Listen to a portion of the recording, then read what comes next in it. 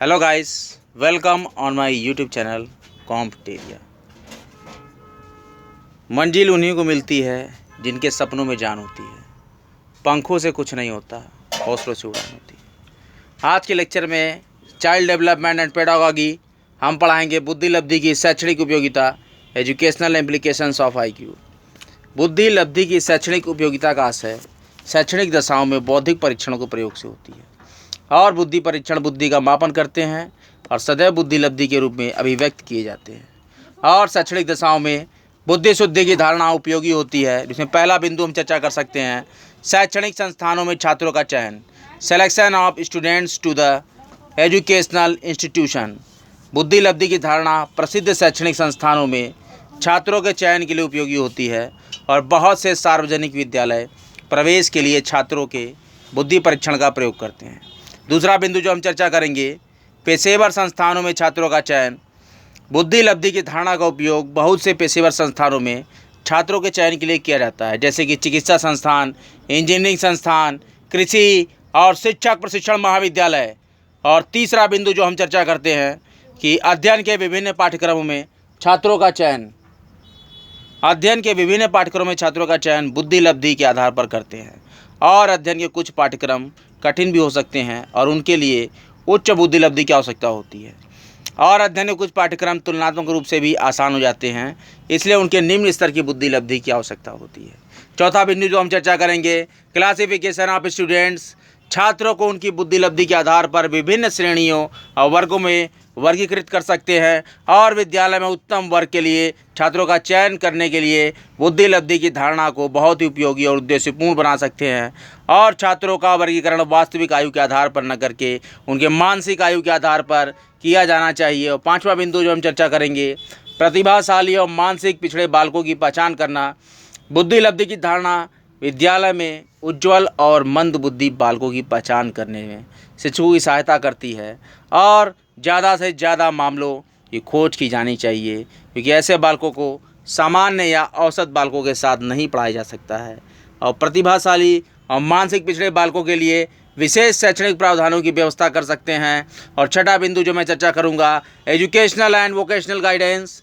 बालक की भावी जीवन में शैक्षिक और व्यावसायिक सफलता उसके बौद्धिक स्तर पर निर्भर करती है और हम कई प्रकार के रिसर्च में पाते हैं कि शैक्षिक और व्यावसायिक प्रतिस्पर्धा बुद्धि लब्धि के सकारात्मक रूप में संबंधित होती है और मार्गदर्शक कार्यकर्ता और परामर्शदाता सदैव बालक की महाविद्यालय के साथ साथ व्यावसायिक सफलता की भी भविष्यवाणी करते हैं और बुद्धि लब्धि की धारणा का प्रयोग कर सकते हैं। Now the next 7th point, homogeneous grouping.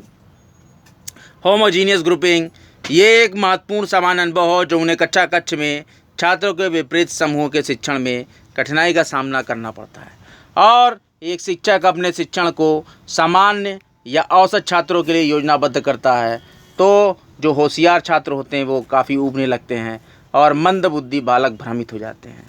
इसलिए छात्रों को समान समूह की आवश्यकता होती है। एक समान समूह में शिक्षण देने से फ़ायदा होगा शिक्षक को और बुद्धि लब्धि शिक्षण के लिए कक्षा में छात्रों को समान समूह में रखने में सदैव सहायक होती है। और अगर अगले बिंदु पर चर्चा करें तो measurement of general learning readiness. बुद्धि परीक्षणों के माध्यम से बालक की मानसिक आयु या मानसिक स्तर का निर्धारण कर सकते हैं और एक विशेष स्तर पर अधिगम के लिए बालक की तैयारी को दर्शाता है। इसीलिए बुद्धि परीक्षणों को प्राथमिक, माध्यमिक, सेकेंडरी, महाविद्यालय और यूनिवर्सिटी लेवल पर प्रसारित किया जाना चाहिए ताकि एक विशेष स्तर पर बालक की अधिगम क्षमताओं को जाना जा सके। Now the next point, diagnostic value. बुद्धि लब्धि की धारणा एक विच्छेदनात्मक मूल्य भी रखती है, इसीलिए बुद्धि लब्धि व्यवहार, कुसमायोजित व्यवहार और बाल आपराधिक व्यवहार की समस्या कारणों का विच्छेद करने में बहुत ही उपयोगी होती है। इस प्रकार के बालकों के लिए व्यक्तिगत अध्ययन तैयार करना में यह विशेष मूल्य रखती है और इसके साथ ही शैक्षणिक पिछड़ेपन का विच्छेद करने में भी सहायक होती है। बालक का परीक्षा में उत्तीर्ण होना ये नहीं दर्शाता है कि मंद बुद्धि है या मानसिक कमी रखता है, बल्कि उसके दूसरे भी कारण हो सकते हैं, जैसे कि गलत शिक्षण पद्धति, अनुपयुक्त अध्ययन आदतें और स्वाभाविक दुर्बलता या अन्य भी किसी प्रकार की सामाजिक शारीरिक समस्याएं भी उत्पन्न हो सकती हैं जिसके कारण कि बच्चा पिछड़ रहा है। और 10वें बिंदु की अगर चर्चा कर लें तो यह है evaluation to the teachers instruction strategy. बुद्धि लब्धि सदैव प्रशासनिक और शैक्षणिक अधिकारियों के लिए शिक्षकों की जांच में सहायता हो सकती है। कुछ कक्षाओं में छात्रों की उपलब्धि उनके बुद्धि लब्धि स्तर के साथ सकारात्मक रूप से संबंधित नहीं होती है। इस प्रकार यह दर्शाता है कि शिक्षक की कक्षा में अनुदेशनात्मक रणनीति प्रभावकारी नहीं थी। और अगर 11वें बिंदु पर चर्चा करें तो आइडेंटिफिकेशन ऑफ इंडिविजुअल डिफरेंसेस, एक कक्षा कक्ष सदैव एक समूह दशा होती है। और अगर शिक्षक को अपने छात्रों के बीच बुद्धि में व्यक्तिगत विभिन्नता का ध्यान रखना पड़ता है तो बुद्धि लब्धि बौद्धिक विभिन्नता की पहचान में सहायता करती है। और अगर हम 12वें बिंदु की चर्चा करें तो determination of optimum level of work, बुद्धि लब्धि शिक्षकों की उनके छात्रों के मामलों में कार्य के अर्जित स्तर का निर्धारण करने में सहायता करती है। और बुद्धि लब्धि छात्र की उसके विद्यालय कार्य से उसकी सफलता की क्षमताओं का सामान्य मापन करती है। और बालक की मानसिक आयु के आधार पर शिक्षक उन मानसिक स्तर के बारे में विचार प्राप्त कर सकता है जिस पर कक्षा में बालक से कार्य की उम्मीद की जानी चाहिए थी। और अगर देखो तो शैक्षणिक उपयोगिताओं में बुद्धि लब्धि की धारणा उपचारात्मक शिक्षण में सहायक होती है और चिकित्सकीय दशाओं में चिकित्सकों के लिए भी उपयोगी हो सकती है। और शिक्षा के क्षेत्र में शोध उद्देश्यों के लिए उपयोगी हो सकती है। और छात्रों को रियायत और विशेष योग्यता प्रदान करने में भी सहायक हो सकती है। और अगर चर्चा करें तो छात्रों के संपूर्ण व्यक्तित्व को समझने में उपयोगी भी हो सकती है। नाउ कॉन्स्टेंसी ऑफ IQ, बुद्धि लब्धि की स्थिरता। एक परीक्षण की दूसरे परीक्षण से तुलना नहीं की जा सकती है। और एक बालक की बुद्धि लब्धि एक परीक्षण में 116 और अगर दूसरे में 120 हो सकती है तो निश्चित रूप से यह अंतर परीक्षण के स्वयं के अंतर के कारण नहीं आता है। दूसरी ये बात कह सकते हैं समस्त स्तरों पर इसका समान अर्थ नहीं होता है। अगर एक 5 वर्ष के बालक की मानसिक आयु 6 और उसकी बुद्धि लब्धि 120 है और एक 10 वर्ष के बालक की मानसिक आयु 12 और उसकी बुद्धि लब्धि भी 120 है, लेकिन पहले वाले मामले में मानसिक आयु और वास्तविक आयु के बीच केवल 1 वर्ष का अंतर है, लेकिन दूसरे मामले में इनके बीच अंतर 2 वर्ष का है। इसीलिए ये धारणा गलत है कि शारीरिक परिपक्वता के साथ ही बुद्धि भी अपनी अधिगम सीमाओं तक पहुंच जाती है। लेकिन एक्सपीरियंस ये बताते हैं कि परिपक्व होने के पश्चात व्यक्ति अधिक लंबाई, अधिक दांत नहीं प्राप्त कर सकता है, लेकिन बुद्धि अथवा आकार में वह जीवन भर प्रलाभ तो प्राप्त कर सकता है। लेकिन जहाँ तक बुद्धि लब्धि की मात्रा की बात है, अगर कोई व्यक्ति की मानसिक आयु एक निश्चित आयु पर पहुँचने के बाद रुक जाती है तो बुद्धि लब्धि मूल्य भी गिर जाता है। और हम मान सकते हैं कि 16 या 20 वर्ष की आयु के बाद मानसिक आयु अगर स्थित हो जाती है तो ऐसे मामले में एक 25 वर्ष की आयु वाले व्यक्ति की बुद्धि लब्धि होगी 16/25 × 100 यानी 64। और इसीलिए 16 वर्ष की आयु के बाद बुद्धि लब्धि की गणना करना परंपरागत नहीं है, लेकिन उसकी आयु समूह में उसकी संबंधित स्थिति को प्रतिशत स्तर द्वारा या मानक गणना या बुद्धि लब्धि विचलन द्वारा अभिव्यक्त करते हैं। और बुद्धि लब्धि विचलन अनुमानित, मध्यमान और मानक विचलन के साथ एक मानक संख्या है।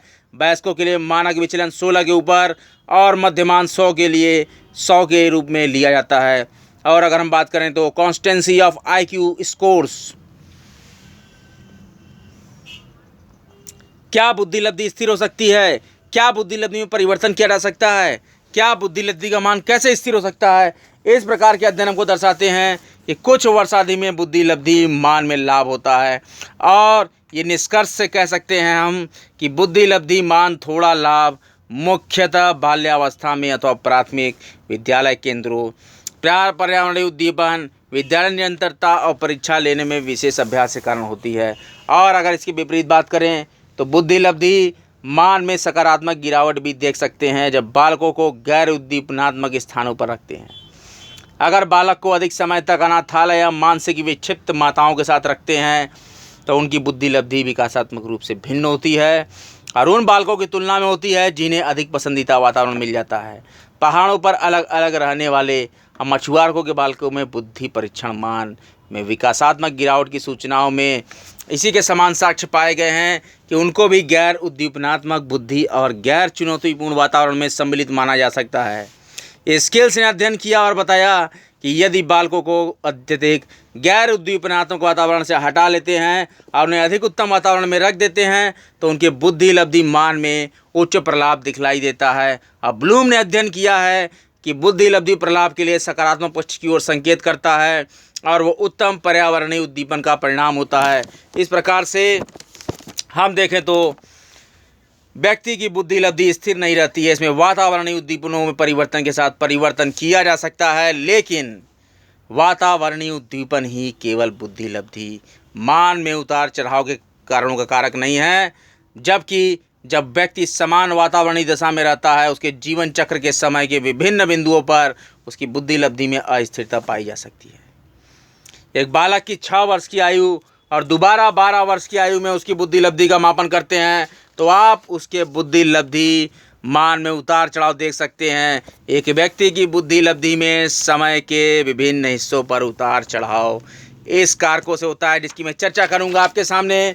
किन किन कारकों से चढ़ाव उतार होता है? तो सबसे पहला कारक है मेजरमेंट फैक्टर्स दैट, परीक्षण वस्तुओं में विभिन्नता, परीक्षण प्रशासन और गणना की गलतियां, दशाओं में विभिन्नता जैसे कि प्रशासन का व्यक्तित्व, प्रशासक और छात्र के बीच चेतना, थकान, सामान्य दृष्टिकोण, अभिप्रेरणा, ध्यानाकर्षण अवधि, आत्मविश्वास, प्रेरणाओं का स्तर, इस प्रकार से।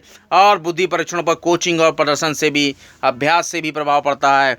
और अगर जेनेटिक फैक्टर्स की बात करें तो एक व्यक्ति के जीवन चक्र के समय में विभिन्न बिंदुओं पर बौद्धिक वृद्धि का तरीका भिन्न भिन्न हो जाता है। और कॉर्नेल ने आर्मस्ट्रांग के मानसिक वृद्धि के 3 कारक बताए, जिसमें 5 वर्ष की आयु से 18 वर्ष की आयु तक निरंतर वृद्धि मोड़ लेती है, और दूसरा है कि एक पदनुमा मोड़ जिसमें वैकल्पिक गति और ठहराव हो जाता है, और तीसरा है कि उसके बाद अनियमित मोड़ आता है। अगर हम बताएं तो आवश्यक सामान्य वातावरण में दीर्घ या अल्प समय के लिए बालक के बुद्धि लब्धि की स्थिरता को समस्त प्रमुख कारक प्रभावित कर सकते हैं। जैसे कि बुद्धि लब्धि का सर्वाधिक स्थिर अनुमान वो होगा जो दी गई परीक्षणों के समीपता के लगभग अर्जित किया जा सकता है। और सफलतम परीक्षाओं में वृद्धि होती है तो बुद्धि लब्धि मान में उतार चढ़ाव अत्यधिक साक्ष्य बन जाता है। भविष्यवाणी करने के लिए 6 वर्ष की आयु के नीचे अर्जित बुद्धि परीक्षण मान अधिक उपयोगी नहीं होता है, और ये स्पष्ट करता है कि बुद्धि लब्धि गणना में प्रयुक्त होने वाले महत्वपूर्ण निर्णय मानसिक योग्यता के सामयिक अनुमानों पर आधारित हो चाहिए।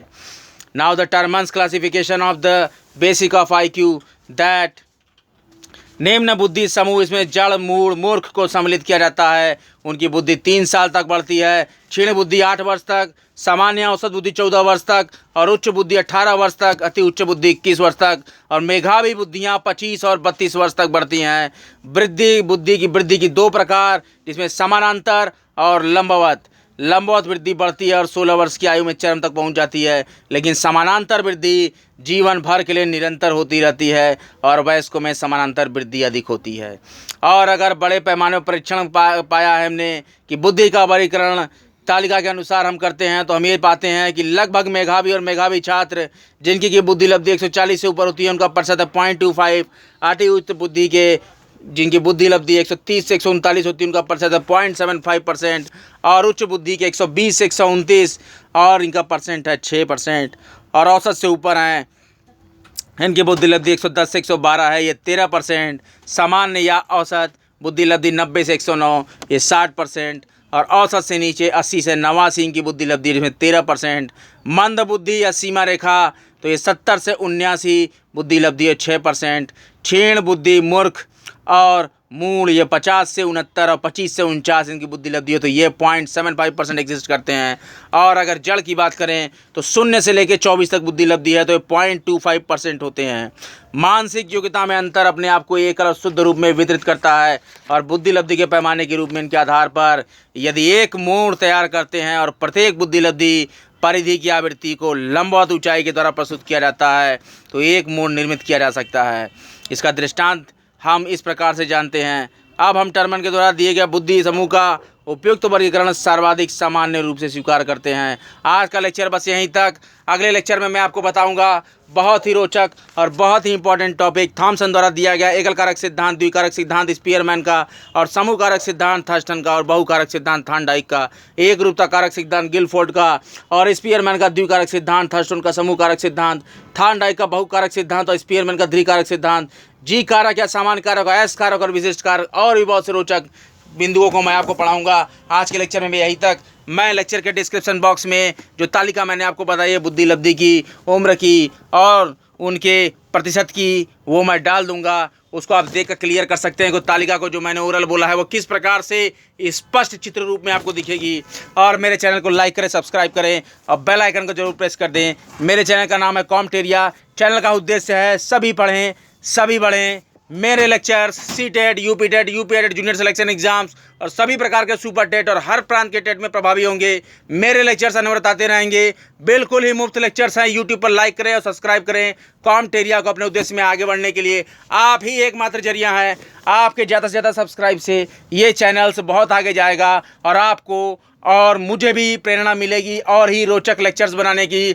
मेरे सिर्फ सीडीपी के ही नहीं और भी सोशोलॉजी और इन्वायरमेंट, इकोलॉजी और कई विषयों पर, करंट अफेयर्स पे भी मेरे लेक्चर्स आते हैं। अगर आप मेरे लेक्चर्स का लाभ लेना चाहते हैं और भी अन्य फील्डों से आप पढ़ाई कर रहे हैं तो मेरे लेक्चर्स का लाभ जरूर ले सकते हैं। मेरे सोशियोलॉजी के भी 3 लेक्चर्स आ चुके हैं और सीडीपी के मेरे लेक्चर्स निरंतर आते रहेंगे और आप सफल होते रहेंगे। सभी पढ़ें, सभी बढ़ें। कॉम्टेरिया। धन्यवाद।